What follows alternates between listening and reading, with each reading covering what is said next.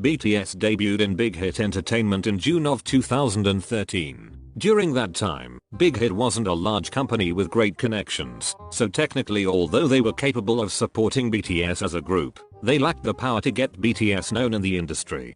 One of the major things you have to know in K-pop is that it's monopolized by the biggest three companies, SM, YG and JYP.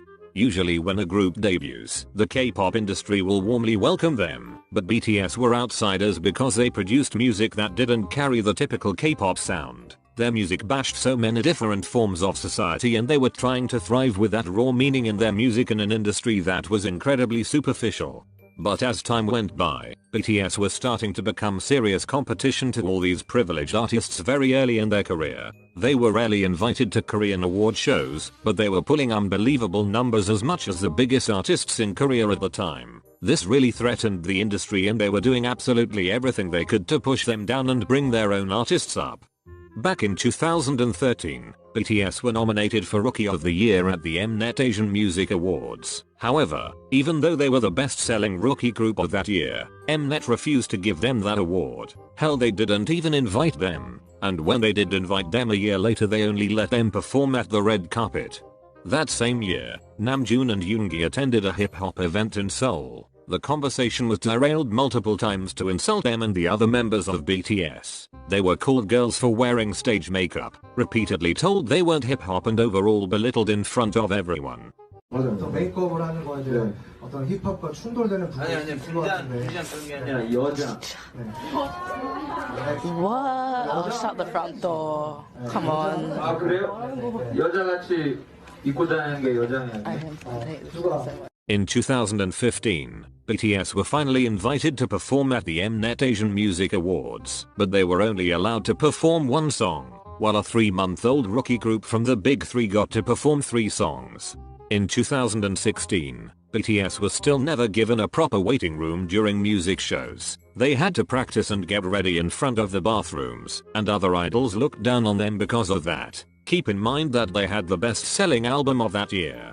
That same year, BTS were invited to perform at the 2016 Busan One Asia Festival.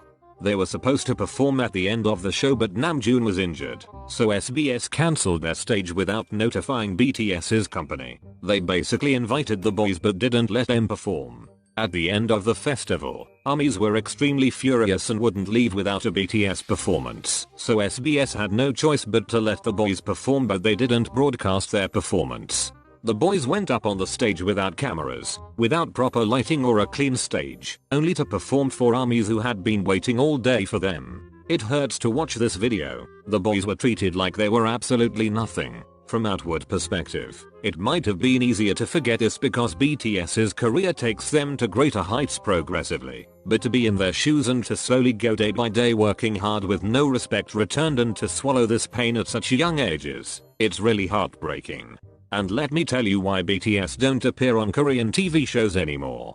In 2014, a year after BTS debuted, they attended their first real variety show. Keep in mind that half of them were minors at the time. The host accused them of plagiarizing the boy group EXO for wearing school uniforms in their music video Boy in Love. 엑소와 겹친 교복 패션. 왜 하필 엑소일까? 원망했나요? 사실 저희가 말씀드릴 수 있는 얘기 천천히 저희가 이번 사랑 이야기 학교 3부작의 마지막이었었어요. 예. 그래가지고 나 언제 한번 교복을 입겠다라고 생각을 했는데 그게 되게 유명하게 시기가 겹쳐가지고 오히려 저희는 한편으로는 감사드리고 한편으로는 감사드려요. 먼저 입어주셔서.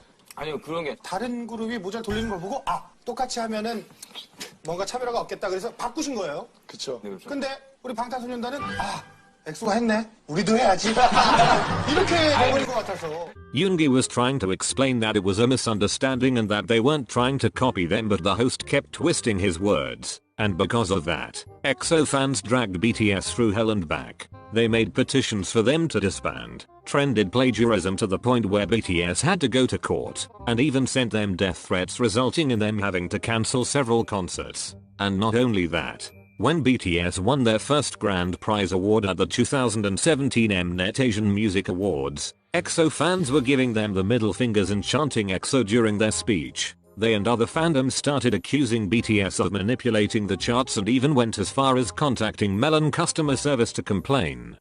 Here's another reason why BTS don't appear on Korean TV shows anymore. 제작진이 선정한 2014년 다시 한번 말씀드립니다.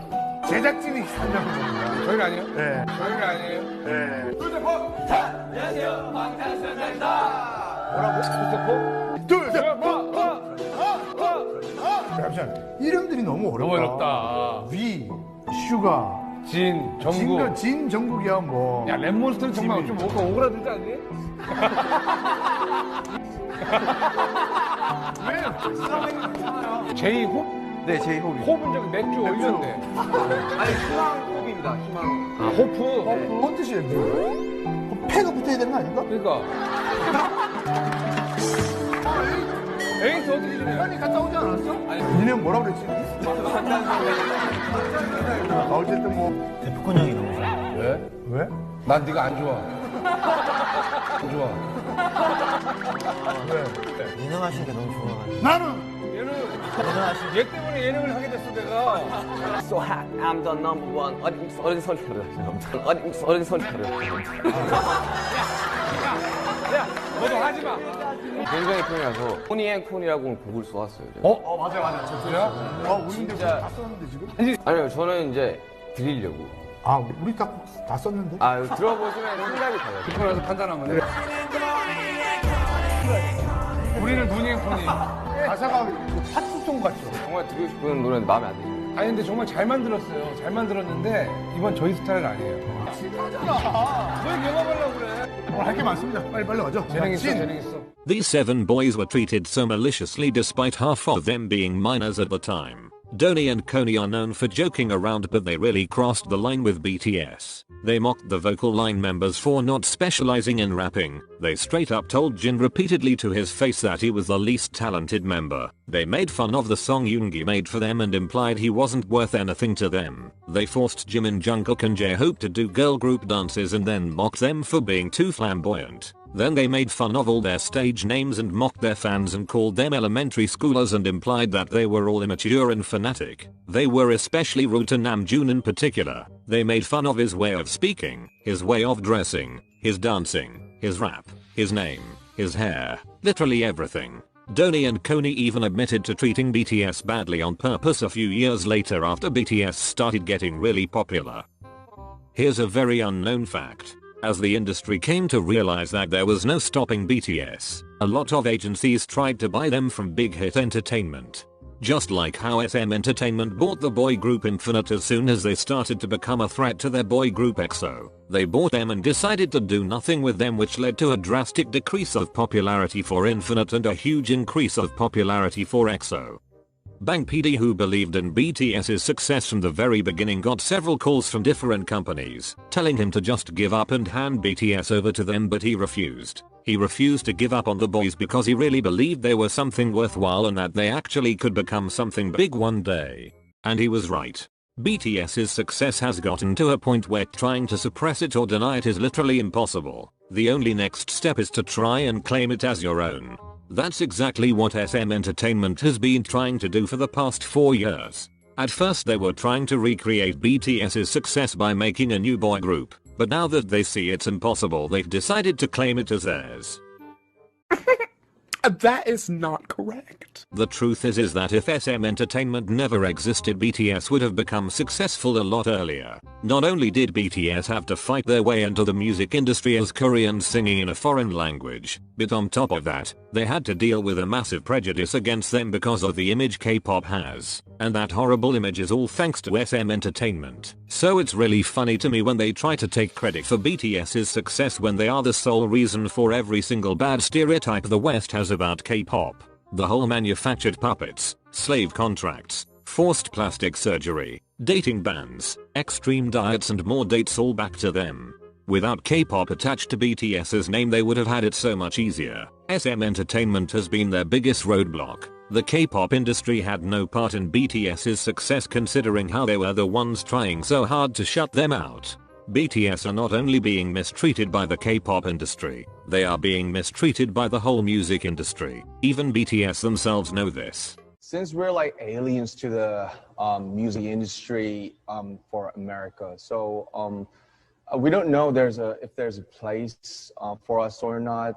The boys know they are being alienated in the Western music industry. Namjoon was being straightforward with the system. He has realized that the system won't change despite how much they deserve it. I'm honestly proud they're starting to stand up for themselves. They stood up for themselves back then, but only by working hard and ignoring those who disrespected them. But now they're in a position where they can speak loudly about this. They know the racial barrier they are facing despite their talent and achievements, and they are not afraid to talk about it anymore. BTS are fed up and we love to see it.